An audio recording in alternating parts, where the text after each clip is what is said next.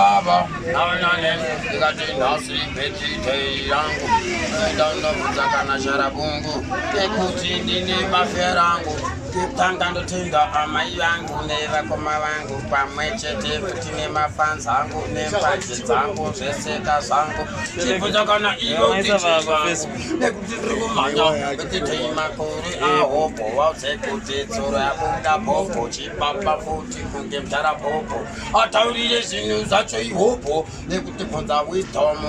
kudenga ndinekola bonatamu vamevesa vafuti zimatamtamu nekuti vaudzidatismasastamu chibabababa nkati kevi vataurire kuti ngoma riri hevi vachapawaina veseka ana bevi nekuti vaudze chibaba kubandiri hevi aunani ndikandebvunza kana iye futi kaedmo mangoma panchainda kusho matsaga vese vachamira o kuziya vaitatoto ndiri baba toto chibabababa nekuti kanchuchu ngoma racho kupachura kuti pachu nekuti vadziya titye manhuchu asi vaudze kuti tovanwisa guchu